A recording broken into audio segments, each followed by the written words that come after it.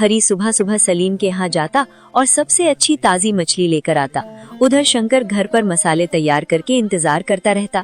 मछली आते ही दोनों मिलकर बढ़िया तरीके से करी बनाते और चौपाल पर ठेला लगा देते। लोग आते, चाव से खाते, बढ़िया बढ़िया तारीफें करते और चले जाते। ऐसे ऐसे दिन बीतते गए और दोनों ने नाम भी कमाया और पैसा भी। इसी बीच दोनों की शादी हो गई। लेकिन यहीं से शुरू हुआ असली खेल। हरी तो नाम जैसा हरी सीधा साधा था, सच्चा और विश्वास करने वाला। पर शंकर की बीवी जरा तेज दिमाग वाली थी।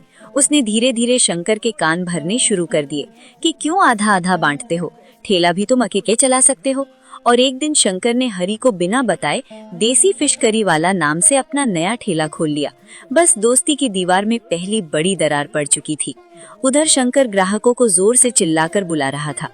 अरे सुनिए भाइयों और बहनों, इधर आइए इधर। आज से यहाँ मिलेगी देसी मसालों वाली मछली करी, वो भी ऐसी कि एक बार मुंह में डाली तो आंख बंद करके दुआ निकालोगे। वाह क्या स्वाद है! ऐसे स्वाद के लिए तो पैसे क्या, दिल भी दे दें। यहाँ मसाले असली, मछली ताजी और हाँ, बनाने वाला भी असली कलाकार। वो सामने वाला हरी, अरे उसकी करी में तो प्यार नहीं, सिर्फ दिखावा है दिखावा। एक बार मेरी फिश करी चखोगे तब समझोगे कि असली मजा क्या होता है। लोग जुटने लगे। कुछ ने शंकर की तरफ आते आते सवाल भी उछाल दिए।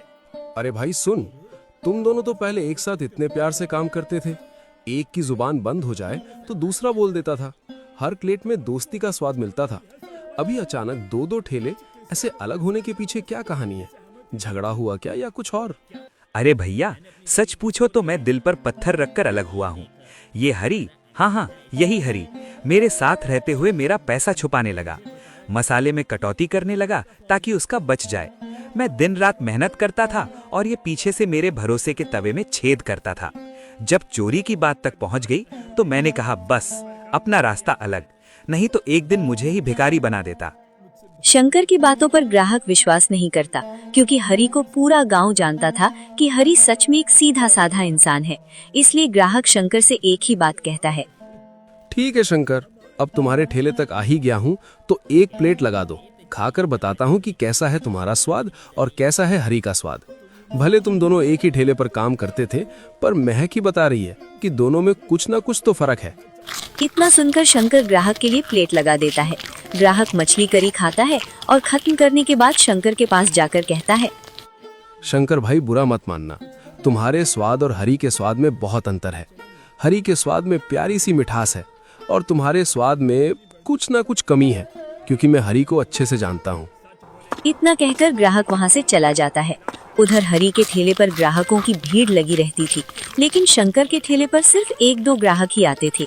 इसी बात से शंकर गुस्से में रहने लगा। काफी दिन ऐसे ही बीत गए। एक दिन शंकर अपनी पत्नी से गुस्से में कहता है। सुनो, अब बहुत हो गया, मैं अब ठेला नहीं चलाऊंगा। जितनी बदनामी होनी थी हो गई, अब मैं अपनी और बदनामी नहीं सह सकता। अरे बात क्या हुई, बोलोगे भी या नहीं? सुबह से बस बड़बड़ा रहे हो। कौन सी बदनामी की बात कर रहे हो? सब तुम्हारी वजह से हुआ है। पहले हम दोनों दोस्त थे, एक ही ठेले पर काम करते थे और अच्छा पैसा कमाते थे। पर तुम्हारे आते ही हम अलग हो गए और ग्राहक भी उसके पास चले गए। सब कहते हैं कि हरी सच में हरी यानी सीधा साधा है और मैं बुरा हो गया। तो इसमें घबराने की क्या बात है? जब सीधी उंगली से घी न निकले तो उंगली टेढ़ी करनी पड़ती है। अगर हम कुछ ऐसा करें कि हरी का ठेला बदनाम हो जाए तो हमारा ठेला तो अपने आप चल पड़ेगा। तुम समझती ही नहीं हो। दिनों दिन मैं ग्राहकों की आंखों में शर्म महसूस करता हूँ। लोग मुझे देखकर हंसी उड़ाते हैं। देखो, हरी की नकल करने वाला शंकर आ गया और हरी, उसको तो जैसे पंख लग गए हों। भीड़ पर भीड़, नाम भी, दाम भी और काम भी उसी का। अरे मेरे पति जी, दुनिया में कोई भी सीधी राह पर चलकर राजा नहीं बना है। जब सीधी उंगली से घी न निकले तो उंगली टेढ़ी करनी ही पड़ती है। हम हरी की अच्छाई को ही उसके खिलाफ इस्तेमाल करेंगे। मतलब तुम कहना क्या चाह रही हो? साफ साफ बोलो। देखो, हरी को मछली कौन देता है? सलीम मछुआरा। अगर हम सलीम को अपने पक्ष में कर लें, उसे कुछ ज्यादा पैसे दे, तो अगली बार हरी के लिए जो मछली दे वो सड़ी गली दे। सड़ी गली? अरे अगर किसी को कुछ हो गया तो? ये तो बहुत बड़ा खेल है। बेवकूफ, किसी को कुछ होगा तभी तो बदनामी होगी, और जब बदनामी होगी तभी तो लोग कहेंगे हरी की मछली करी मत खाना, बीमारी फैलाती है। फिर सीधा तेरे ठेले पर आएंगे तेरे स्वाद को सराहेंगे, तेरा नाम चर्चाओं में होगा। शंकर का चेहरा लाल पड़ जाता है, लालच और गुस्से से भरा हुआ। वो थूक निगलकर बोला, लेकिन सलीम मान जाएगा क्या? अरे आदमी की कमजोरी क्या है? पैसा और डर।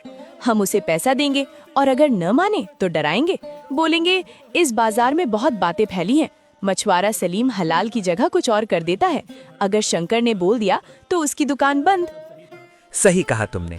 तुम हमेशा दिमाग से खेलती हो, मैं तो बस हाथ पैर चलाना जानता हूँ। देखो शंकर, खेल वही जीतता है जो चाल से खेले।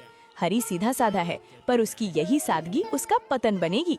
हमने बस एक धक्का देना है और बाकी लोग खुद उसे गिरा देंगे। ठीक है, कल सुबह ही सलीम से बात करेंगे। हरी की किस्मत अब मेरे हाथों में है। देखते हैं कब तक वो सीधा साधा बना फिरता है। अगली सुबह शंकर और उसकी पत्नी सलीम की दुकान की तरफ निकल पड़े और फिर थोड़ी ही देर में सलीम की दुकान पर पहुंच गए। अरे सलीम भाई सलाम, जरा एक काम था, किसी को बताना नहीं, बात सिर्फ आप और हम तीनों तक।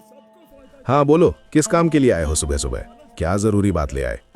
देखो भाई, ज्यादा कुछ नहीं, बस अगली बार जब हरी मछली लेने आए तो उसे पहली दर्जे की मछली मत देना, थोड़ी सड़ी गली दे देना। सलीम का चेहरा पहले तो हैरानी में बदलता है, फिर गुस्से से तमतमा उठता है। क्या तुम चाहते हो? हरी मेरा पुराना ग्राहक है, आज तक उसने कभी गलत बात नहीं की, और तुम बोल रहे हो उसे खराब मछली दूं? अरे भाई, इसमें तुम्हारा भी फायदा है। ये पैसे रखो और चुपचाप काम कर दो। हरी बदनाम होगा और हम सबका फायदा होगा। अबे अपनी औकात में रहो, पैसे देकर मुझे खरीदोगे? मैं सलीम हूँ, सलीम। मेरी रोजी रोटी का काम है ये। अगर हरी को कुछ हुआ ना तो मैं तुम दोनों का रप्पा रप्पा काट दूंगा, समझे? ओए सलीम, इतनी ऊंची आवाज में बात मत कर, वरना तुम क्या कर लोगे शंकर? तुम जैसा आदमी अपनी दोस्ती तक निभा नहीं पाया, बाकियों से क्या लड़ाई करेगा? अगर हरी के खिलाफ एक भी चाल चली ना तो सीधे मुखिया के घर जाऊंगा, और फिर तुम्हारा ठेला क्या, इस इलाके में पैर रखने की जगह नहीं बचेगी, समझ गए? अब दफा हो जाओ मेरी दुकान से। इतना सुनते ही दोनों वहाँ से चले जाते हैं और हरी, वो अपनी सीधेपन और मेहनत के बल पर गांव का सबसे पसंदीदा फिश करी वाला बन गया। लोग दूर दूर से उसकी बंगाली फिश करी चखने आते थे